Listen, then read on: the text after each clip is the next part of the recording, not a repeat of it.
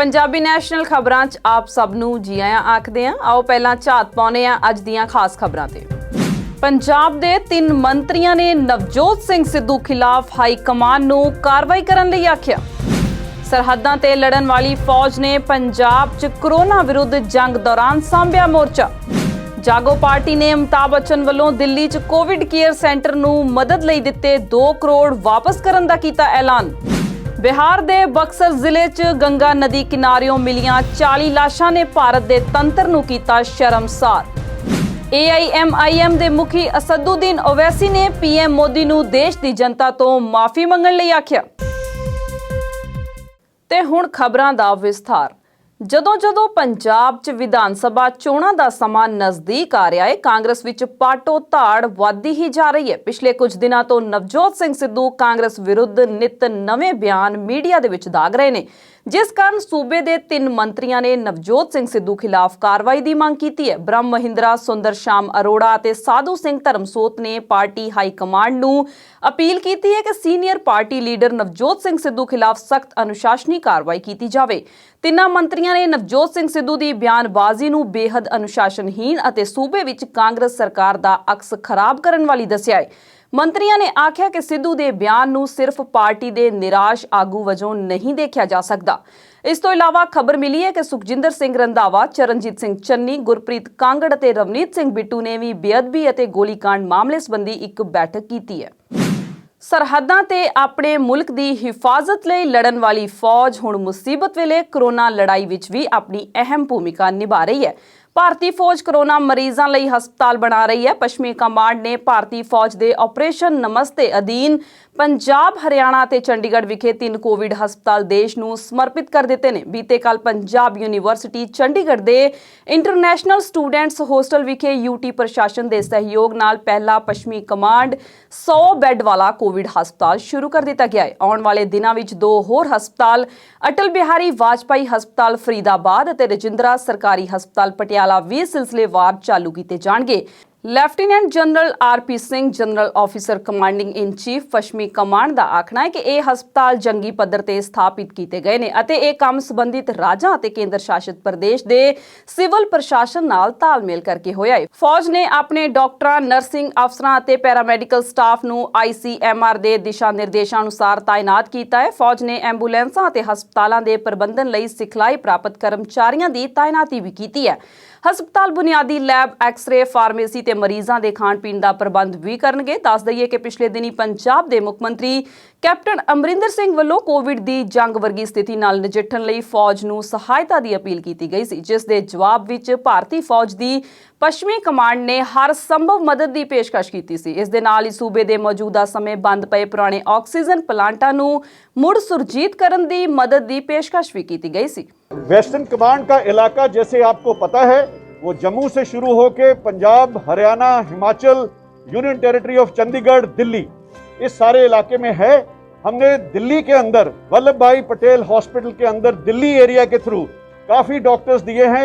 लगभग 30% उसका लोड जो है हम ले रहे हैं दिल्ली के अंदर। उसके बाद हरियाणा गवर्नमेंट के लिए हमने फरीदाबाद डिस्ट्रिक्ट के अंदर कल हमारा हॉस्पिटल वहाँ पे शुरू हो जाएगा और उसके अंदर भी 100 बेडेड हॉस्पिटल बना रहे हैं और वो बिल्कुल तैयार है और कल उसके पेशेंट्स आने शुरू हो जाएंगे। हम गवर्नमेंट ऑफ हरियाणा के साथ संपर्क में हैं और ये सारा का सारी फैसिलिटी NCR के पास फरीदाबाद है और वहाँ पे बहुत प्रेशर है, इसलिए वो फैसिलिटी वहाँ उपलब्ध की गई है। उसी तरह हमने पटियाला के अंदर रजिंद्रा हॉस्पिटल के अंदर 100 बेडेड हॉस्पिटल खोल दिया है। वो अगले 2-3 रोज़ के अंदर इसी पैटर्न के ऊपर वहाँ पे काम करेगा। उसके अलावा हमने मोहाली के अंदर कुछ बेड्स बन रहे हैं, वो बातचीत चल रही है। वो आने वाले समय में देखेंगे कि किस तरह से कल हम साइट देखने जा रहे हैं, वो किस तरह से फौज उसकी मदद कर सकती है। एक और बात मैं आपको बताना चाहता हूं कि टास्क फोर्स हमारे इंजीनियर्स की और EME इलेक्ट्रिकल मैकेनिकल इंजीनियर्स की बनी है। उसके अंदर हम इंडस्ट्रियल हाउसेस के अंदर निरीक्षण कर रहे हैं सिविल एडमिनिस्ट्रेशन के साथ। ये मैं पंजाब गवर्नमेंट की बात कर रहा हूँ। नंगल के अंदर हमारी टीम गई है। हमने वो जो प्लांट था 1962 से बंद पड़ा हुआ था उसको चालू कर लिया है। 1-2 रोज के अंदर वो प्लांट चल पड़ेगा। उसी तरह पंजाब एल्कलीज है नंगल के अंदर, उस प्लांट को भी हम ठीक कर रहे हैं। उनकी टीम पंजाब गवर्नमेंट की बन गई है। कल से हम इंडस्ट्रियल हाउसेस जो मंडी गोविंदगढ़ में है, राजपुरा के अंदर है, उनको इंस्पेक्शन कर रहे हैं और देखेंगे कि उनकी जो प्रोडक्शन है ऑक्सीजन की उसको कैसे बढ़ाया जा सकता है। हम सारे स्टेशंस को और अपनी फॉर्मेशंस को आर्मी कमांडर साहब जनरल आरपी सिंह की हिदायत के ऊपर सारे फॉर्मेशन कमांडर्स को बोला गया है कि वो लोकल डिस्ट्रिक्ट एडमिनिस्ट्रेशन के साथ संपर्क करें और उनकी कुछ डिमांड हमारे पास आई है। हमने पटियाला में 30 से 35 लोग दिए हैं, अंबाला में दिए हैं, फरीदाबाद में दिए हैं पैरामेडिक्स जो कॉम्पिटेंट्स होते हैं, लड़ने वाली फौज, उनको ट्रेन करके छोटे छोटे काडर करके कोविड हालात को डील करने के लिए हमने ये छोटी छोटी टुकड़ियां तैयार की हैं। हम अमृतसर, जलंधर, फरीदकोट उनकी रिक्वेस्ट के ऊपर कुछ समय के अंदर वहां भी ये पैरामेडिक्स देने जा रहे हैं और भी अगर कोई रिक्वेस्ट आती है तो हम उसको कंसिडर करेंगे। ਇਸ ਵੇਲੇ ਕਰੋਨਾ ਵਾਇਰਸ ਨਾਲ ਨਜਿੱਠਣ ਲਈ ਪੂਰਾ ਭਾਰਤ ਪੱਬਾਂ ਭਾਰ ਹੋਇਆ ਪਿਆ ਹੈ। ਸੂਬੇ ਪੰਜਾਬ ਵਿੱਚ ਵੀ ਇਸ ਨੂੰ ਕਾਬੂ ਕਰਨ ਦੀਆਂ ਪੁਰਜ਼ੋਰ ਕੋਸ਼ਿਸ਼ਾਂ ਕੀਤੀਆਂ ਜਾ ਰਹੀਆਂ ਨੇ। ਸ਼੍ਰੋਮਣੀ ਗੁਰਦੁਆਰਾ ਪ੍ਰਬੰਧਕ ਕਮੇਟੀ ਵੀ ਕਰੋਨਾ ਮਰੀਜ਼ਾਂ ਦੇ ਇਲਾਜ ਲਈ ਅੱਗੇ ਆਈ ਹੈ। ਕਮੇਟੀ ਨੇ ਅਮਰੀਕਾ ਤੋਂ ਫਾਈਜ਼ਰ ਵੈਕਸੀਨ ਮੰਗਵਾਉਣ ਲਈ ਪ੍ਰਧਾਨ ਮੰਤਰੀ ਨਰਿੰਦਰ ਮੋਦੀ ਅਤੇ ਸਿਹਤ ਮੰਤਰੀ ਡਾਕਟਰ ਹਰਸ਼ਵਰਧਨ ਨੂੰ ਚਿੱਠੀ ਲਿਖੀ ਹੈ। ਬੀਬੀ ਜਗੀਰ ਕੌਰ ਨੇ ਦੱਸਿਆ ਕਿ ਪ੍ਰਵਾਨਗੀ ਮਿਲਣ ਮਗਰੋਂ ਉਹਨਾਂ ਵੱਲੋਂ ਵੱਡੀ ਮਾਤਰਾ ਵਿੱਚ ਵੈਕਸੀਨ ਮੰਗਵਾਈ ਜਾਵੇਗੀ। ਇਸ ਦੌਰਾਨ ਉਹਨਾਂ ਕਰੋਨਾ ਮਰੀਜ਼ਾਂ ਦੇ ਇਲਾਜ ਲਈ ਸ਼੍ਰੋਮਣੀ ਕਮੇਟੀ ਵੱਲੋਂ ਦਿੱਤੀਆਂ ਜਾ ਰਹੀਆਂ ਸੇਵਾਵਾਂ ਸੰਬੰਧੀ Guru Ramdas university medical college ਅਤੇ ਡਾਕਟਰਾਂ ਨਾਲ ਮੀਟਿੰਗ ਕਰਕੇ ਮੌਜੂਦਾ ਹਾਲਾਤਾਂ ਦੀ ਸਮੀਖਿਆ ਵੀ ਕੀਤੀ ਹੈ। ਕਮੇਟੀ ਪ੍ਰਧਾਨ ਨੇ ਦੱਸਿਆ ਕਿ ਲੁਧਿਆਣਾ ਅਤੇ ਦਮਦਮਾ ਸਾਹਿਬ ਵਿੱਚ ਕਰੋਨਾ ਕੇਅਰ ਕੇਂਦਰ ਸਥਾਪਿਤ ਕਰਨ ਤੋਂ ਇਲਾਵਾ ਪਟਿਆਲਾ ਅਤੇ ਭੁਲੱਥ ਵਿੱਚ ਵੀ ਜਲਦੀ ਹੀ ਕੋਵਿਡ ਕੇਅਰ ਕੇਂਦਰ ਸਥਾਪਿਤ ਕੀਤੇ ਜਾਣਗੇ। ਮਹਾਨ ਭਾਰਤ 'ਚ ਕੁਝ ਘਟਨਾਵਾਂ ਇਦਾਂ ਦੀਆਂ ਵਾਪਰਦੀਆਂ ਨੇ ਕਿ ਸਿਰ ਸ਼ਰਮ ਨਾਲ ਝੁਕ ਜਾਂਦਾ ਹੈ। ਹੁਣ ਬਿਹਾਰ ਦੇ ਬਕਸਰ ਜ਼ਿਲ੍ਹੇ ਦੇ ਚੌਸਾ ਬਲਾਕ ਦੇ ਚੌਸਾ ਸ਼ਮਸ਼ਾਨ ਘਾਟ ਉੱਤੇ ਗੰਗਾ ਨਦੀ ਵਿੱਚੋਂ ਘੱਟੋ-ਘੱਟ 40 ਲਾਸ਼ਾਂ ਤੈਰਦੀਆਂ ਹੋਈਆਂ ਮਿਲੀਆਂ ਨੇ। ਇੰਨਾ ਹੀ ਨਹੀਂ, ਸਥਾਨਕ ਪੱਤਰਕਾਰ ਇਹ ਦਾਅਵਾ ਕਰਦੇ ਨੇ ਕਿ ਉਹਨਾਂ ਨੇ ਸ਼ਮਸ਼ਾਨ ਘਾਟ ਵਿਖੇ ਇਸ ਤੋਂ ਵੀ ਜ਼ਿਆਦਾ ਲਾਸ਼ਾਂ ਦੇਖੀਆਂ ਨੇ। ਇਸ ਘਟਨਾ ਨਾਲ ਸੰਬੰਧਿਤ ਜੋ ਤਸਵੀਰਾਂ ਸਾਹਮਣੇ ਆਈਆਂ ਨੇ ਉਹ ਦਿਲ ਨੂੰ ਹਲੂਣ ਦੇਣ ਵਾਲੀਆਂ ਨੇ। ਲਾਸ਼ਾਂ ਨੂੰ ਜਾਨਵਰ ਨੋਚਦੇ ਦੇਖੇ ਜਾ ਰਹੇ ਨੇ। ਪ੍ਰਸ਼ਾਸਨ ਇਹ ਆਖ ਕੇ ਪੱਲਾ ਝਾੜ ਰਿਹਾ ਹੈ ਕਿ ਇਹ ਲਾਸ਼ਾਂ ਉੱਤਰ ਪ੍ਰਦੇਸ਼ ਤੋਂ ਵਹਿ ਕੇ ਆਈਆਂ ਨੇ, ਪਰ ਪੱਤਰਕਾਰ ਸਤਿਆ ਪ੍ਰਕਾਸ਼ ਪ੍ਰਸ਼ਾਸਨ ਦੇ ਇਸ ਦਾਅਵੇ ਨੂੰ ਝੁਠਲਾ ਰਹੇ ਨੇ। ਉਹਨਾਂ ਆਖਿਆ ਕਿ ਅਜੇ ਗੰਗਾ ਨਦੀ ਵਿੱਚ ਪਾਣੀ ਦਾ ਵਹਾਅ ਨਹੀਂ ਹੈ, ਹਵਾ ਪਿਛਲੇ ਪਾਸੇ ਨੂੰ ਚੱਲ ਰਹੀ ਹੈ। ਇਹ ਪੂਰਬੀ ਹਵਾ ਦਾ ਤਾਂ ਵਕਤ ਹੀ ਨਹੀਂ ਹੈ, ਅਜਿਹੇ ਵਿੱਚ ਲਾਸ਼ ਵਹਿ ਕੇ ਕਿਵੇਂ ਆ ਸਕਦੀ ਹੈ। ਉਹਨਾਂ ਦੱਸਿਆ ਕਿ 9 ਮਈ ਨੂੰ ਉਹਨਾਂ ਨੇ ਉੱਥੇ ਲਗਭਗ 100 ਲਾਸ਼ਾਂ ਦੇਖੀਆਂ ਸਨ ਅਤੇ 10 ਮਈ ਨੂੰ ਲਾਸ਼ਾਂ ਘੱਟ ਹੋ ਗਈਆਂ। ਦਰਅਸਲ ਉੱਥੇ ਕਰੋਨਾ ਕਾਰਨ ਹੋ ਰਹੀਆਂ ਮੌਤਾਂ ਕਾਰਨ ਲਾਸ਼ਾਂ ਨੂੰ ਸਾੜਨ ਦੀ ਥਾਂ ਨਹੀਂ ਮਿਲ ਰਹੀ, ਇਸ ਲਈ ਲੋਕ ਲਾਸ਼ਾਂ ਨੂੰ 8 ਕਿਲੋਮੀਟਰ ਦੂਰ ਚੌਸਾ ਸ਼ਮਸ਼ਾਨ ਘਾਟ ਲੈ ਜਾ ਰਹੇ ਨੇ, ਪਰ ਇਸ ਘਾਟ ਉੱਤੇ ਲੱਕੜਾਂ ਦੀ ਕੋਈ ਵਿਵਸਥਾ ਨਹੀਂ ਹੈ। ਕਿਸ਼ਤੀਆਂ ਵੀ ਬੰਦ ਨੇ, ਇਸ ਲਈ ਲੋਕ ਲਾਸ਼ਾਂ ਨੂੰ ਗੰਗਾ ਨਦੀ 'ਚ ਇਸੇ ਤਰ੍ਹਾਂ ਵਹਾ ਰਹੇ ਨੇ। ਫਿਲਹਾਲ ਬਕਸਰ ਪ੍ਰਸ਼ਾਸਨ ਘਾਟ ਉੱਤੇ ਜੇਸੀਬੀ ਮਸ਼ੀਨ ਨਾਲ ਗੱਡੇ ਖੁਦਵਾ ਕੇ ਲਾਸ਼ਾਂ ਨੂੰ ਦਫਨਾਉਣ ਦੀ ਪ੍ਰਕਿਰਿਆ ਸ਼ੁਰੂ ਕਰ ਦਿੱਤੀ ਗਈ ਹੈ। ਸਥਾਨਕ ਵਾਸੀਆਂ ਦਾ ਆਖਣਾ ਹੈ ਕਿ ਪ੍ਰਾਈਵੇਟ ਹਸਪਤਾਲ ਵਿੱਚ ਲੁੱਟ ਮਚੀ ਹੋਈ ਹੈ। ਆਮ ਆਦਮੀ ਕੋਲ ਇੰਨਾ ਪੈਸਾ ਨਹੀਂ ਬਚਿਆ ਕਿ ਸ਼ਮਸ਼ਾਨ ਘਾਟ ਤੇ ਜਾ ਕੇ ਅੰਤਿਮ ਸੰਸਕਾਰ ਲਈ ਪੈਸਾ ਦੇਵੇ। ਐਂਬੂਲੈਂਸ ਤੋਂ ਲਾਸ਼ ਲਾਉਣ ਲਈ 2000 ਰੁਪਏ ਮੰਗੇ ਜਾ ਰਹੇ ਨੇ। ਅਜਿਹੇ 'ਚ ਲੋਕਾਂ ਕੋਲ ਇੱਕ ਮਾਤਰ ਆਸਰਾ ਗੰਗਾ ਨਦੀ ਹੀ ਬਚਦੀ ਹੈ ਅਤੇ ਲੋਕ ਗੰਗਾ ਵਿੱਚ ਲਾਸ਼ਾਂ ਸੁੱਟਣ ਲਈ ਮਜਬੂਰ ਨੇ। ਭਾਰਤ ਵਿੱਚ ਬੇਕਾਬੂ ਹੋਈ ਕਰੋਨਾ ਵਾਇਰਸ ਦੀ ਦੂਜੀ ਲਹਿਰ ਕਾਰਨ ਭਾਰਤ ਦੀ ਦੇਸ਼ਾਂ ਵਿਦੇਸ਼ਾਂ 'ਚ ਨਿੰਦਾ ਹੋ ਰਹੀ ਹੈ। ਹੁਣ AIMAM ਦੇ ਮੁਖੀ ਅਤੇ ਸੰਸਦ ਮੈਂਬਰ ਅਸਦੁਦੀਨ ਓਵੈਸੀ ਦਾ ਇੱਕ ਬਿਆਨ ਸਾਹਮਣੇ ਆਇਆ ਹੈ। ਉਹਨਾਂ ਆਖਿਆ ਕਿ ਪ੍ਰਧਾਨ ਮੰਤਰੀ ਨੂੰ ਮੁਲਕ ਦੇ ਲੋਕਾਂ ਤੋਂ ਮਾਫੀ ਮੰਗ ਲੈਣੀ ਚਾਹੀਦੀ ਹੈ। ਓਵੈਸੀ ਦਾ ਆਖਣਾ ਹੈ ਕਿ ਸਰਕਾਰ ਦੀ ਗਲਤ ਪਲੈਨਿੰਗ ਕਰਕੇ ਅਧਿਕਾਰਿਤ ਤੌਰ ਤੇ ਹਰ ਰੋਜ਼ 4000 ਲੋਕ ਮਰ ਰਹੇ ਨੇ, ਪਰ ਮੋਦੀ ਜਾਣਦੇ ਨੇ ਕਿ ਅਸਲ ਵਿੱਚ ਰੋਜ਼ਾਨਾ 4000 ਨਹੀਂ ਬਲਕਿ 10000 ਦੇ ਕਰੀਬ ਲੋਕ ਮਰ ਰਹੇ ਨੇ ਅਤੇ ਇਸ ਸਭ ਲਈ ਪ੍ਰਧਾਨ ਮੰਤਰੀ ਖੁਦ ਜ਼ਿੰਮੇਵਾਰ ਨੇ। ਓਵੈਸੀ ਅੱਗੇ ਆਖਦੇ ਨੇ ਕਿ ਵਿਗਿਆਨੀਆਂ ਨੇ ਦੂਜੀ ਲਹਿਰ ਬਾਰੇ ਪਹਿਲਾਂ ਹੀ ਦੱਸਿਆ ਸੀ, ਪਰ ਮੁਲਕ ਦੇ ਹਾਕਮ ਇਹ ਲੋਕ ਉਦੋਂ ਸੌਂ ਰਹੇ ਸਨ। ਇਹਨਾਂ ਨੂੰ ਸਭ ਕੁਝ ਦੱਸਿਆ ਗਿਆ ਪਰ ਫਿਰ ਵੀ ਇਹਨਾਂ ਨੇ ਤਿਆਰੀ ਨਹੀਂ ਕੀਤੀ। ਇੰਨਾ ਹੀ ਨਹੀਂ, ਲੋਕ ਸਭਾ ਵਿੱਚ ਕਾਂਗਰਸ ਦੇ ਸੰਸਦ ਮੈਂਬਰ ਅਧੀਰ ਰੰਜਨ ਚੌਧਰੀ ਨੇ ਰਾਸ਼ਟਰਪਤੀ ਨੂੰ ਇੱਕ ਚਿੱਠੀ ਲਿਖ ਕੇ ਸੰਸਦ ਦਾ ਵਿਸ਼ੇਸ਼ ਇਜਲਾਸ ਬੁਲਾਉਣ ਦੀ ਮੰਗ ਵੀ ਕੀਤੀ ਹੈ। The government of India has failed in their vaccination policy, and which is right to life under the Constitution. They have failed in providing oxygen to the state government and to union territories because supply of oxygen is in the exclusive domain of the union government, and that is why, because of their not living up to their constitutional duty and not controlling this second wave, they slept on their own scientists warning them that a second wave will come. But despite that, the government led by Mr. Narendra Modi failed. And what you see now is that every day in India, more than 4,000 people are dying from last 3 weeks. The Khabristan and the Shamshans are full with dead bodies. People are not able to get oxygen.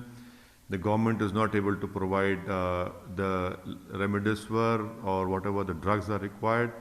The government is not able to provide oxygen. The government is not able to provide vaccination to even to people who are over above 45 years. That is why I am of the opinion that the Narendra Modi-led government must accept its mistake. Bharat ਵਿੱਚ Covid ਦੀ ਭਿਆਨਕ ਸਥਿਤੀ ਕਰਕੇ ਲੋਕਾਂ 'ਚ ਸਹਿਮ ਦਾ ਮਾਹੌਲ ਹੈ ਅਤੇ ਇਸ ਵੇਲੇ ਕਰੋਨਾ ਰੋਕੂ ਟੀਕੇ ਲਈ ਰਜਿਸਟ੍ਰੇਸ਼ਨ ਕਰਵਾਉਣ ਵਾਲਿਆਂ ਦੀ ਗਿਣਤੀ ਦਿਨੋਂ ਦਿਨ ਵੱਧ ਰਹੀ ਹੈ। ਪਰ ਜਿਨ੍ਹਾਂ ਲੋਕਾਂ ਦਾ ਟੀਕਾਕਰਨ ਹੋ ਸਕਿਆ ਹੈ ਉਹਨਾਂ ਦੀ ਗਿਣਤੀ ਕਾਫੀ ਘੱਟ ਹੈ। ਦੱਸਣਯੋਗ ਹੈ ਕਿ 1 ਮਈ ਤੋਂ 7 ਮਈ ਦਰਮਿਆਨ ਕੋਵਿਨ ਤੇ 2.42 ਕਰੋੜ ਲੋਕਾਂ ਨੇ ਰਜਿਸਟ੍ਰੇਸ਼ਨ ਕਰਵਾਈ ਸੀ, ਜਿਸ ਤੇ ਹੁਣ ਤੱਕ ਕੁੱਲ 90 ਕਰੋੜ ਤੋਂ ਵੱਧ ਰਜਿਸਟ੍ਰੇਸ਼ਨ ਹੋ ਚੁੱਕੀ ਹੈ। 1 ਤੋਂ 7 ਮਈ ਦਰਮਿਆਨ ਰੋਜ਼ਾਨਾ ਔਸਤਨ 16.6 ਲੱਖ ਵੈਕਸੀਨ ਦਿੱਤੀ ਗਈ, ਜਦਕਿ ਅਪ੍ਰੈਲ ਦੇ ਸ਼ੁਰੂ ਵਿੱਚ ਇਹ ਅੰਕੜਾ 40 ਲੱਖ ਤੋਂ ਵੱਧ ਸੀ। ਸੂਤਰਾਂ ਮੁਤਾਬਿਕ ਜੇਕਰ ਟੀਕਾਕਰਨ ਦੀ ਇਹੀ ਰਫ਼ਤਾਰ ਰਹੀ ਤਾਂ ਜਿਨ੍ਹਾਂ ਲੋਕਾਂ ਨੇ ਹੁਣ ਤੱਕ ਰਜਿਸਟ੍ਰੇਸ਼ਨ ਕਰਵਾਈ ਹੈ ਉਹਨਾਂ ਦਾ ਟੀਕਾਕਰਨ ਹੋਣ ਵਿੱਚ 3 ਮਹੀਨੇ ਲੱਗ ਜਾਣਗੇ। ਉਧਰ ਕੇਂਦਰੀ ਸਿਹਤ ਮੰਤਰੀ ਡਾਕਟਰ ਹਰਸ਼ਵਰਧਨ ਅਨੁਸਾਰ ਸੂਬਿਆਂ ਕੋਲ ਵੈਕਸੀਨ ਦੀਆਂ 72 ਲੱਖ ਖੁਰਾਕਾਂ ਨੇ ਅਤੇ ਅਗਲੇ 3 ਦਿਨਾਂ ਵਿੱਚ 42 ਲੱਖ ਖੁਰਾਕਾਂ ਸੂਬਿਆਂ ਨੂੰ ਭੇਜਣ ਲਈ ਤਿਆਰੀ ਕਰ ਲਈ ਗਈ ਹੈ। ਕੁੱਲ ਮਿਲਾ ਕੇ ਇਹ ਗਿਣਤੀ 1.14 ਕਰੋੜ ਹੈ, ਜੋ ਕਿ ਪਿਛਲੇ ਹਫ਼ਤੇ ਰਜਿਸਟ੍ਰੇਸ਼ਨ ਕਰਵਾਉਣ ਵਾਲੇ 50% ਲੋਕਾਂ ਲਈ ਵੀ ਪੂਰੀ ਨਹੀਂ ਹੈ। ਇਸ ਤੋਂ ਪਹਿਲਾਂ ਜਦੋਂ ਕੇਵਲ ਫਰੰਟ ਲਾਈਨ ਵਰਕਰਾਂ ਅਤੇ 45 ਸਾਲ ਤੋਂ ਵੱਧ ਉਮਰ ਦੇ ਲੋਕਾਂ ਦਾ ਟੀਕਾਕਰਨ ਹੋ ਰਿਹਾ ਸੀ ਤਾਂ ਅਜਿਹੇ ਲੋਕਾਂ ਦੀ ਗਿਣਤੀ ਕਰੀਬ 34 ਕਰੋੜ ਸੀ। ਇਸ ਤੋਂ ਬਾਅਦ ਜਦੋਂ ਕੇਂਦਰ ਸਰਕਾਰ ਨੇ 18 ਸਾਲ ਤੋਂ ਵੱਧ ਉਮਰ ਦੇ ਲੋਕਾਂ ਦੇ ਟੀਕਾਕਰਨ ਦਾ ਐਲਾਨ ਕਰ ਦਿੱਤਾ ਤਾਂ 34 ਕਰੋੜ ਚੋਂ ਕੇਵਲ 1/3 ਲੋਕਾਂ ਦਾ ਟੀਕਾਕਰਨ ਹੋਇਆ ਸੀ। ਹੁਣ 18 ਤੋਂ ਲੈ ਕੇ 45 ਸਾਲ ਉਮਰ ਵਰਗ ਦੇ 60 ਕਰੋੜ ਹੋਰ ਲੋਕ ਇਸ ਵਿੱਚ ਜੁੜ ਗਏ ਨੇ। ਮੌਜੂਦਾ ਸਮੇਂ ਰੋਜ਼ਾਨਾ ਕਰੀਬ 17 ਲੱਖ ਲੋਕਾਂ ਦਾ ਟੀਕਾਕਰਨ ਹੋ ਰਿਹਾ ਹੈ। ਇਸ ਰਫ਼ਤਾਰ ਨਾਲ ਟੀਕਾਕਰਨ ਹੋਇਆ ਤਾਂ ਦੇਸ਼ ਦੀ ਪੂਰੀ ਆਬਾਦੀ ਨੂੰ ਵੈਕਸੀਨ ਦੇਣ 'ਚ ਕਰੀਬ 3 ਸਾਲ ਦਾ ਸਮਾਂ ਲੱਗ ਸਕਦਾ ਹੈ। ਇਸ ਅੰਤਰ ਨੂੰ ਘੱਟ ਕਰਨ ਲਈ ਵੈਕਸੀਨ ਉਤਪਾਦਨ ਦੀ ਸਮਰੱਥਾ ਵਧਾਉਣ ਦੀ ਲੋੜ ਹੈ। ਸੀਰਮ ਇੰਸਟੀਚਿਊਟ ਅਤੇ ਭਾਰਤ ਬਾਇਓਟੈਕ ਦੀ ਮੌਜੂਦਾ ਉਤਪਾਦਨ ਸਮਰੱਥਾ ਕਰਮਵਾਰ 6 ਕਰੋੜ ਅਤੇ 2 ਕਰੋੜ ਖੁਰਾਕਾਂ ਪ੍ਰਤੀ ਮਹੀਨਾ ਹੈ। ਦੋਵੇਂ ਕੰਪਨੀਆਂ ਉਤਪਾਦਨ ਵਧਾ ਰਹੀਆਂ ਨੇ, ਪਰ ਇਸ ਲਈ ਜੁਲਾਈ ਤੱਕ ਦੀ ਉਡੀਕ ਕਰਨੀ ਪੈ ਸਕਦੀ ਹੈ। ਬੀਤੇ ਦਿਨ ਦਿੱਲੀ ਸਿੱਖ ਗੁਰਦੁਆਰਾ ਮੈਨੇਜਮੈਂਟ ਕਮੇਟੀ ਵੱਲੋਂ ਗੁਰਦੁਆਰਾ ਰਕਾਬਗੰਜ ਸਾਹਿਬ ਵਿਖੇ Guru Tegh Bahadur corona care centre ਦੀਆਂ ਸੇਵਾਵਾਂ ਸ਼ੁਰੂ ਕਰ ਦਿੱਤੀਆਂ ਗਈਆਂ ਸਨ। ਇਸ ਕੋਵਿਡ ਕੇਅਰ ਸੈਂਟਰ ਦੇ ਵਿੱਚ ਕਰੋਨਾ ਮਰੀਜ਼ਾਂ ਦੀ ਮਦਦ ਲਈ ਫਿਲਮ ਸਟਾਰ ਅਮਿਤਾਭ ਬੱਚਨ ਵੱਲੋਂ ਦਿੱਲੀ ਸਿੱਖ ਗੁਰਦੁਆਰਾ ਪ੍ਰਬੰਧਕ ਕਮੇਟੀ ਨੂੰ 2 ਕਰੋੜ ਰੁਪਏ ਦਿੱਤੇ ਗਏ ਸਨ, ਜਿਸ ਉੱਤੇ ਹੁਣ ਜਾਗੋ ਪਾਰਟੀ ਨੇ ਇਤਰਾਜ਼ ਜਤਾਇਆ। ਜਾਗੋ ਪਾਰਟੀ ਦੇ ਅੰਤਰਰਾਸ਼ਟਰੀ ਪ੍ਰਧਾਨ ਸਰਦਾਰ ਮਨਜੀਤ ਸਿੰਘ ਜੀਕੇ ਨੇ ਵੱਡਾ ਐਲਾਨ ਕੀਤਾ ਹੈ ਕਿ ਅਮਿਤਾਭ ਬੱਚਨ ਵੱਲੋਂ ਦਿੱਲੀ ਕਮੇਟੀ ਨੂੰ ਦਿੱਤੇ ਗਏ 2 ਕਰੋੜ ਰੁਪਏ ਨੂੰ ਜਾਗੋ ਪਾਰਟੀ ਕਮੇਟੀ ਵਾਪਸ ਕਰ ਦੇਵੇਗੀ। ਕੌਮ ਨਾਲ ਗੱਦਾਰੀ ਦਾ ਇਲਜ਼ਾਮ ਲਗਾਉਂਦੇ ਹੋਏ ਜੀਕੇ ਨੇ ਦਾਅਵਾ ਕੀਤਾ ਕਿ 31 ਅਕਤੂਬਰ 1984 ਨੂੰ 3 ਮੂਰਤੀ ਭਵਨ ਵਿਖੇ ਸਾਬਕਾ ਪ੍ਰਧਾਨ ਮੰਤਰੀ ਇੰਦਰਾ ਗਾਂਧੀ ਦੀ ਮ੍ਰਿਤਕ ਦੇਹ ਦੇ ਕੋਲ ਖੜੇ ਹੋ ਕੇ ਅਮਿਤਾਭ ਬੱਚਨ ਨੇ ਖੂਨ ਦਾ ਬਦਲਾ ਖੂਨ ਦਾ ਨਾਰਾ ਲਗਾਇਆ ਸੀ, ਜਿਸ ਨੂੰ ਉਸ ਸਮੇਂ ਦੂਰਦਰਸ਼ਨ ਨੇ ਪ੍ਰਸਾਰਿਤ ਵੀ ਕੀਤਾ ਸੀ। ਉਹਨਾਂ ਆਖਿਆ ਕਿ ਸਿੱਖ ਕੌਮ ਦੇ ਦੋਸ਼ੀ ਤੋਂ ਮਦਦ ਲੈਣਾ ਕੌਮ ਲਈ ਅਣਖ ਵਾਲੀ ਗੱਲ ਨਹੀਂ। ਜੀਕੇ ਨੇ ਅੱਗੇ ਆਖਿਆ ਕਿ ਬਾਦਲ ਦਲ ਨੇ ਪਹਿਲਾਂ ਸ੍ਰੀ ਗੁਰੂ ਤੇਗ ਬਹਾਦਰ ਜੀ ਦੀ ਬੇਅਦਬੀ ਕਰਵਾਉਣ ਵਾਲੇ ਅਤੇ ਗੁਰੂ ਸਾਹਿਬ ਦੀ ਨਕਲ ਕਰਨ ਵਾਲੇ ਗੁਰਮੀਤ ਰਾਮ ਰਹੀਮ ਨੂੰ ਵੋਟਾਂ ਦੇ ਲਾਲਚ ਵਿੱਚ ਸ੍ਰੀ ਅਕਾਲ ਤਖਤ ਸਾਹਿਬ ਤੋਂ ਮਾਫੀ ਦਿਲਵਾਈ ਸੀ ਅਤੇ ਹੁਣ ਨੋਟਾਂ ਦੇ ਲਾਲਚ ਵਿੱਚ ਅਮਿਤਾਭ ਬੱਚਨ ਨੂੰ ਕਲੀਨ ਚਿੱਟ ਦੇ ਦਿੱਤੀ ਹੈ, ਜਦਕਿ ਅਮਿਤਾਭ ਬੱਚਨ ਦੇ ਖਿਲਾਫ ਸ੍ਰੀ ਅਕਾਲ ਤਖਤ ਸਾਹਿਬ ਉੱਤੇ ਮਾਮਲਾ ਅਜੇ ਵੀ ਬਾਕੀ ਹੈ। ਇਸ ਤੋਂ ਇਲਾਵਾ ਉਹਨਾਂ ਆਖਿਆ ਕਿ ਦਿੱਲੀ ਕਮੇਟੀ ਉੱਤੇ ਕਾਬਜ਼ ਲੋਕ ਸਿਰਫ ਆਪਣੇ ਪ੍ਰਚਾਰ ਅਤੇ ਆਪਣੇ ਆਪ ਨੂੰ ਪਿਆਰ ਕਰਨ ਦੇ ਮਾਰੇ ਠੀਕ ਅਤੇ ਗਲਤ ਦੀ ਪਹਿਚਾਣ ਦੇ ਵਿੱਚ ਸਮਰੱਥ ਨਹੀਂ ਰਹੇ। ਇਸ ਲਈ ਕਮੇਟੀ ਦੀ ਸੇਵਾ ਮਿਲਦੇ ਹੀ ਅਸੀਂ ਅਮਿਤਾਭ ਬੱਚਨ ਨੂੰ 2 ਕਰੋੜ ਰੁਪਏ ਸਭ ਤੋਂ ਪਹਿਲਾਂ ਵਾਪਸ ਕਰਕੇ ਸਿੱਖੀ ਅਣਖ ਦੀ ਰੱਖਿਆ ਕਰਾਂਗੇ। ਮੈਂ ਸਮਝਦਾ ਕਿ ਦਿੱਲੀ ਗੁਰਦੁਆਰਾ ਕਮੇਟੀ ਨੇ ਇੱਕ ਨਵੇਕਲਾ ਕੰਮ ਕਰ ਦਿੱਤਾ ਹੈ। ਉਹ ਨਵੇਕਲੇ ਕੰਮ ਨਾਲ ਅੱਜ ਮਨ ਨੂੰ ਦਰਦ ਬੜਾ ਹੋ ਰਿਹਾ ਹੈ, ਅੱਜ ਮਨ ਨੂੰ ਦੁੱਖ ਬੜਾ ਹੋ ਰਿਹਾ ਹੈ। ਉਹ ਇਸ ਕਰਕੇ ਦੁੱਖ ਹੋ ਰਿਹਾ ਹੈ ਕਿ ਅਮਿਤਾਭ ਬੱਚਨ ਜਿਹਦੇ ਉੱਤੇ ਇਲਜ਼ਾਮ ਨੇ ਕਿ ਜਦੋਂ ਇੰਦਰਾ ਗਾਂਧੀ ਦੀ ਲਾਸ਼ ਪਈ ਸੀਗੀ 3 ਮੂਰਤੀ ਤੇ ਰਾਜੀਵ ਗਾਂਧੀ ਨਾਲ ਖੜਾ ਸੀ ਅਮਿਤਾਭ ਬੱਚਨ और नारे मार रहा सीगा कि खून का बदला खून से लेंगे, ये सिखों ने हमारी मां मार दी, इनको नहीं छोड़ा जाएगा। पूरे हिंदुस्तान च पंजाबों बाहर सिखां दियां लाशां बिछा दित्तियां गईयां सीगियां, कतलेआम कर दिता गया सीगा। और अज मनजिंदर सिंह सिरसा और ओदी सारी टीम ने 2 करोड़ रुपया ओदे कोलों लिया है, जिहदे उत्ते साडे कतल दे इल्जाम ने, जिहदा केस ऑलरेडी कोर्ट दे विच और अकाल तख्त साहब कोल पेंडिंग पिया है। अज उत्थे 84 दे ਜਿਹੜੇ ਪੀੜਿਤ ਨੇ ਉਹਨਾਂ ਨੇ ਮੁਜ਼ਾਹਰਾ ਵੀ ਕੀਤਾ ਹੈ। ਮੈਨੂੰ ਇਹ ਨਹੀਂ ਸਮਝ ਆਉਂਦੀ ਅੱਜ ਕੌਮ ਸਾਡੀ ਇੰਨੀ ਥੱਲੇ ਇਹ ਲੈ ਗਏ ਨੇ ਕਿ ਸਾਨੂੰ ਕਾਤਲਾਂ ਤੋਂ ਪੈਸੇ ਲੈਣੇ ਪੈ ਜਾਣਗੇ। ਮੈਂ ਸਮਝਦਾ ਕਿ ਗੁਰੂ ਨਾਨਕ ਪਾਤਸ਼ਾਹ ਨੇ ਮਲਕ ਭਾਗੋ ਤੁਸੀਂ ਇਹ ਗੰਦਲਾ ਪੈਸਾ ਜਿਹੜਾ ਗੁਰਦੁਆਰਾ ਕਮੇਟੀ 'ਚ ਲੈ ਕੇ ਆਏ ਹੋ, ਗੁਰੂ ਦੀ ਕਿਰਪਾ ਨਾਲ ਉੱਥੇ ਜਿਹੜੇ ਪੇਸ਼ੈਂਟ ਆਣਗੇ ਉਹ ਠੀਕ ਹੋਣੇ ਸੀ, ਲੇਕਿਨ ਮੈਨੂੰ ਲੱਗਦਾ ਹੈ ਇਹ ਜਿਹੜਾ ਤੁਸੀਂ ਉਹ ਪੈਸਾ ਜਿਹੜਾ ਸਾਡੇ ਖੂਨ ਨਾਲ ਰੰਗਿਆ ਜਿਹੜਾ ਲੈ ਕੇ ਆਏ ਹੋ, ਇਹਦੇ ਨਾਲ ਕਿਤੇ ਨਾ ਕਿਤੇ ਉਹਨਾਂ ਪੇਸ਼ੈਂਟਸ ਦਾ ਨੁਕਸਾਨ ਨਾ ਹੋ ਜਾਵੇ। ਗੁਰੂ ਵੀ ਤੁਹਾਡੇ ਤੋਂ ਖੁਸ਼ ਨਹੀਂ ਹੋਣ ਲੱਗਾ। ਅੱਗੇ ਸੁਖਬੀਰ ਸਿੰਘ ਬਾਦਲ ਤੇ ਪ੍ਰਕਾਸ਼ ਸਿੰਘ ਬਾਦਲ ਉਹ ਡੇਰੇ ਅੱਗੇ ਲੰਮਾ ਪੈ ਗਿਆ ਸੀਗਾ, ਜਿਹੜੇ ਡੇਰੇ ਨੇ ਗੁਰੂ ਗ੍ਰੰਥ ਸਾਹਿਬ ਦੀ ਬੇਅਦਬੀ ਕੀਤੀ ਸੀਗੀ। ਤੁਸੀਂ ਵੋਟਾਂ ਪਿੱਛੇ ਲੰਮੇ ਪੈ ਗਏ ਸੀਗੇ ਉਸ ਡੇਰੇ ਦੇ ਅੱਗੇ, ਔਰ ਅੱਜ ਉਹੀ ਬਾਦਲਾਂ ਦੀ ਟੀਮ ਸਰਸਾ ਕਾਲਕਾ, ਤੁਸੀਂ ਅਮਿਤਾਭ ਬੱਚਨ ਦੇ ਅੱਗੇ ਪੈਸੇ, ਸਿੱਖਾਂ ਦੇ ਕਾਤਲਾਂ ਪਿੱਛੇ ਪੈਸਿਆਂ ਪਿੱਛੇ ਲੰਮੇ ਪੈ ਗਏ ਹੋ। ਹੁਣ ਤੁਸੀਂ ਸੱਜਣ ਕੁਮਾਰ ਤੋਂ ਵੀ ਪੈਸੇ ਲੈ ਲਓ, ਤੁਸੀਂ ਹੁਣ ਜਗਦੀਸ਼ ਟਾਈਟਲ ਕੋਲ ਵੀ ਪੈਸੇ ਲੈ ਲਓ। ਮੈਂ ਸਮਝਦਾ ਵਾਂ ਕਿ ਇਹ ਕੌਮ ਕਦੀ ਇਹ ਗੱਲ ਬਰਦਾਸ਼ਤ ਨਹੀਂ ਕਰੇਗੀ। ਅਸੀਂ ਅਣਖ ਨਾਲ ਜੀਣਾ ਜਾਣਦੇ ਹਾਂ। ਇਹ 2 ਕਰੋੜ ਰੁਪਏ ਨਾਲ ਗੁਰਦੁਆਰਾ ਚੱਲੇਗਾ? ਇੱਥੇ ਗੁਰੂ ਅਮਰਦਾਸ ਪਾਤਸ਼ਾਹ ਨੂੰ ਅਕਬਰ ਬਾਦਸ਼ਾਹ ਜਗੀਰਾਂ ਦੇਣ ਆਇਆ ਸੀ, ਉਹਨਾਂ ਦੇ ਘਰ ਤੁਰ ਕੇ, ਉਹ ਲਈਆਂ ਨਹੀਂ ਗਈਆਂ ਸੀਗੀਆਂ। ਮੈਂ ਇਹ ਵਿਸ਼ਵਾਸ ਦਿਵਾਉਂਦਾ ਵਾਂ ਕੌਮ ਨੂੰ ਕਿ ਅੱਗੇ ਵੀ ਗੁਰੂ ਨੇ ਸੇਵਾ ਦਿੱਤੀ ਸੀ, ਮਨੂ ਸੇਵਾ। I will make it sure ਕਿ ਇਹ 2 ਕਰੋੜ ਰੁਪਏ ਵਾਪਸ ਉਸ ਕਾਤਲ ਨੂੰ ਦਿੱਤਾ ਜਾਏਗਾ। ਇਹ ਖੂਨੀ ਦਾ ਪੈਸਾ ਅਸੀਂ ਗੁਰੂ ਦੇ ਘਰ ਦੇ ਵਿੱਚ ਨਹੀਂ ਲਿਆ ਸਕਦੇ। ਮੈਂ ਸਮਝਦਾ ਵਾਂ ਤੁਸੀਂ ਸੇਵਾ ਕਰਨੀ ਹੈ 100 ਵਾਰੀ ਕਰੋ। ਜੋ ਕੁਝ ਤੁਸੀਂ ਕਰਦੇ ਪਏ ਹੋ ਸਾਡਾ ਕੋਈ ਕਿੰਤੂ ਪਰੰਤੂ ਨਹੀਂ। ਤੁਸੀਂ ਕਿਹੜੀ ਸਰਕਾਰ ਨਾਲ ਕੀ ਕਰਦੇ ਪਏ ਹੋ ਕੋਈ ਕਿੰਤੂ ਪਰੰਤੂ ਨਹੀਂ। ਲੇਕਿਨ ਅਗਰ ਸਿੱਖਾਂ ਦੇ ਕਾਤਲਾਂ ਨੂੰ ਰਾਹ ਦੇ ਕੇ ਮਾਫੀ ਦਿਓਗੇ, ਤੁਸੀਂ ਕਦੀ ਗੁਰੂ ਗ੍ਰੰਥ ਸਾਹਿਬ ਦੀ ਬੇਅਦਬੀ ਕਰਨ ਵਾਲੇ ਡੇਰਿਆਂ ਨੂੰ ਮਾਫੀ ਦਿੰਦੇ ਹੋ, ਕਦੀ ਤੁਸੀਂ ਕਾਤਲਾਂ ਤੋਂ ਪੈਸੇ ਲੈ ਕੇ ਉਹਨਾਂ ਨੂੰ ਮਾਫੀਆਂ ਦਾ ਰਾਹ ਖੋਲਦੇ ਹੋ। ਇਹ ਕਦੀ ਬਰਦਾਸ਼ਤ ਨਹੀਂ ਕੀਤਾ ਜਾਏਗਾ। ਮੈਂ ਇਸ ਦਾ ਸਖਤ ਨੋਟਿਸ ਲਵਾਂਗਾ ਔਰ ਦੇਖਾਂਗਾ ਕਿ ਇਹ ਪੈਸਾ ਵਾਪਸ ਗੁਰਦੁਆਰਾ ਕਮੇਟੀ ਨੂੰ ਕਰਨਾ ਪਏਗਾ। ਵਿਸ਼ਵ ਸਿਹਤ ਸੰਗਠਨ ਨੇ ਕੋਰੋਨਾ ਵਾਇਰਸ ਦੇ ਭਾਰਤੀ ਰੂਪ B.1.617 ਨੂੰ ਖਤਰਨਾਕ ਮੰਨਿਆ ਹੈ। ਹਾਲਾਂਕਿ WHO ਨੇ ਸਪਸ਼ਟ ਕੀਤਾ ਹੈ ਕਿ ਇਹ ਬਹੁਤ ਤੇਜ਼ੀ ਨਾਲ ਫੈਲਦਾ ਹੈ। ਸੰਗਠਨ ਨੇ ਆਖਿਆ ਕਿ ਇਹ ਪਤਾ ਲਗਾਉਣ ਲਈ ਅਜੇ ਹੋਰ ਅਧਿਐਨ ਕਰਨਾ ਬਾਕੀ ਹੈ ਕਿ ਕੋਰੋਨਾ ਟੀਕਾ ਇਸ ਰੂਪ ਵਿੱਚ ਕਿੰਨਾ ਕੰਮ ਕਰ ਰਿਹਾ ਹੈ। WHO ਨੇ ਵੀ ਆਖਿਆ ਕਿ ਭਾਰਤ ਸਰਕਾਰ ਦੇ ਨਾਲ ਬਹੁਤ ਸਾਰੇ ਹੋਰ ਦੇਸ਼ ਅਤੇ ਖੁਦ WHO ਇਸ ਪਰਿਵਰਤਨ ਸੰਬੰਧੀ ਖੋਜ ਕਰ ਰਹੇ ਨੇ। WHO ਦੀ ਕੋਵਿਡ-19 ਤਕਨੀਕੀ ਟੀਮ ਨਾਲ ਜੁੜੇ ਡਾਕਟਰ ਮਾਰੀਆ ਵੈਨ ਕਿਰਖੋਵ ਦਾ ਆਖਣਾ ਹੈ ਕਿ ਭਾਰਤ ਵਿੱਚ ਲੱਭੇ ਗਏ ਵਾਇਰਸ ਦੀ ਪਹਿਲੀ ਕਿਸਮ B.1.617 ਨੂੰ ਨਿਗਾਹ ਹੇਠ ਸ਼੍ਰੇਣੀ ਵਿੱਚ ਰੱਖਿਆ ਗਿਆ ਹੈ। ਡਾਕਟਰ ਮਾਰੀਆ ਦਾ ਆਖਣਾ ਹੈ ਕਿ WHO ਦੀਆਂ ਵੱਖ-ਵੱਖ ਮੀਟਿੰਗਾਂ ਵਿੱਚ ਵਾਇਰਸ ਦੇ ਇਸ ਰੂਪ ਬਾਰੇ ਵਿਚਾਰ ਵਟਾਂਦਰੇ ਚੱਲ ਰਹੇ ਨੇ। ਉਹਨਾਂ ਅੱਗੇ ਆਖਿਆ ਕਿ ਕੋਵਿਡ-19 ਦੇ ਭਾਰਤੀ ਰੂਪ ਅਤੇ ਇਸ ਦੇ ਫੈਲਣ ਦੀ ਸਮਰੱਥਾ ਬਾਰੇ ਉਪਲਬਧ ਜਾਣਕਾਰੀ ਦੀ ਵਿਚਾਰ ਵਟਾਂਦਰੇ ਤੋਂ ਬਾਅਦ ਅਸੀਂ ਇਸ ਨੂੰ ਵਿਸ਼ਵ ਵਿਆਪੀ ਚਿੰਤਾਜਨਕ ਫਾਰਮੈਟ ਦੀ ਸ਼੍ਰੇਣੀ ਵਿੱਚ ਰੱਖਿਆ ਹੈ। ਕੋਵਿਡ-19 ਦੀ ਦੂਜੀ ਲਹਿਰ ਨੇ ਭਾਰਤ ਨੂੰ ਬੁਰੀ ਤਰ੍ਹਾਂ ਪ੍ਰਭਾਵਿਤ ਕੀਤਾ ਹੈ। ਭਾਰਤ ਵਿੱਚ ਬੀਤੇ ਇੱਕ ਦਿਨ ਵਿੱਚ 3,66,161 ਨਵੇਂ ਕੇਸ ਸਾਹਮਣੇ ਆਏ ਨੇ।